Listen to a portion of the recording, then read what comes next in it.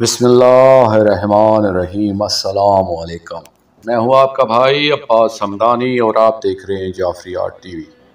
آج کا ہمارا موضوع گفتگو ہے عاشور کے دن امام مظلوم علیہ السلام کی دوسری تقریر۔ دوستو، عاشور کے دن سرزمین کربلا پر امام مظلوم علیہ السلام کی دوسری تقریر کی کیفیت یہ تھی۔ جب دونوں لشکر ہر لحاظ سے تیار ہو گئے، عمر ابن سعد کی فوج کے پرچم لہرا دیے گئے، ڈھول اور باجوں کی آواز گونجنے لگی اور دشمن کے لشکر نے ہر طرف سے امام حسین علیہ السلام کی خیموں کو انگوٹھی کے حلقہ کی طرح گھیر کر اپنے محاصرے میں لے لیا۔ تو اس موقع پر امام مظلوم علیہ السلام اپنے لشکر سے نکل کر دشمنوں کی صفوں کے سامنے تشریف لائے اور ان سے کہا کہ خاموشی کے ساتھ ان کی باتوں کو غور سے سنیں۔ لیکن وہ لوگ اس طرح شور و غل مچاتے اور چیختے چلاتے رہے۔ یہ دیکھ کر امام علیہ السلام نے یہ کہہ کر انہیں خاموش کیا، واہ ہو تم پر، کیوں خاموش نہیں ہوتے تاکہ میری بات سن سکو؟ میں تمہیں راہ راست کی طرف بلا رہا ہوں۔ جو بھی میری پیروی کرے گا وہ ہدایت پائے گا، اور جو میری مخالفت کرے گا وہ ہلاکت اور تباہی کا شکار ہو جائے گا۔ اور تم میری مخالفت کر رہے ہو کیونکہ میری بات نہیں سن رہے ہو۔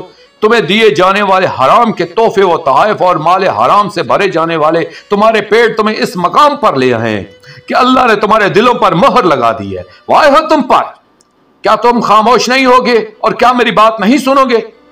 یہ سن کر ابن سعد کے سپاہی ایک دوسرے کو لعنت ملامت کرنے لگے اور کہنے لگے خاموش ہو جاؤ اور ان کی بات سنو۔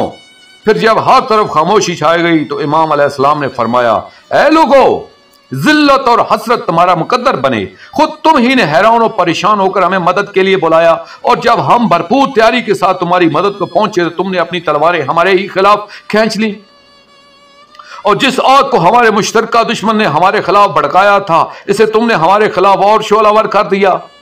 آج تم اپنے دوستوں کے دشمن اور اپنے دشمنوں کے دست و بازو بن گئے ہو، جبکہ نہ تو دشمنوں نے تمہارے ساتھ انصاف کیا اور نہ ان سے بھلائی کی کوئی توقع پیدا ہوئی ہے، سوائے دنیا کے اس مال حرام کے جو تم نے ان سے حاصل کیا ہے، اور ذلت و حقارت کی زندگی کے جس کی تم نے ان سے آس لگائے بیٹھے ہو۔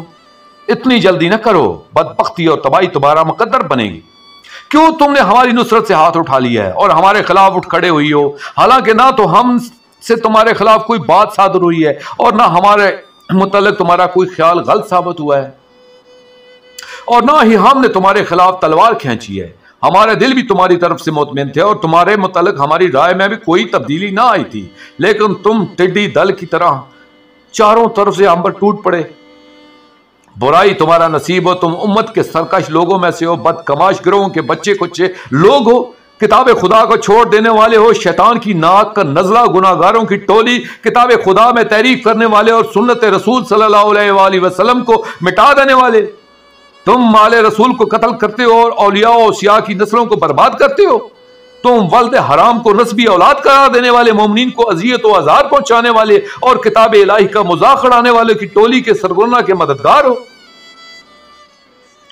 دوستو، آخر میں شکریہ ادا کروں گا محمد صادق نجمی صاحب کا۔ یہ مضمون میں نے ان کی کتاب خطبات و فرمودات و مکتوبات حسین ابن علی مدینہ تک کربلا سے پیش کی ہے، اور آخر میں اپنے پاک شہنشاہ کی بارگاہ میں التجا کریں گے، اعلی جل یا ولی المظلومین اجر اللہ تعالیٰ فرجک و صلوات اللہ علیہ یا ربا محمد و آل محمد صلی اللہ محمد و آل محمد واجل فرجا آل محمد صلی اللہ علیہ وآلہ وسلم۔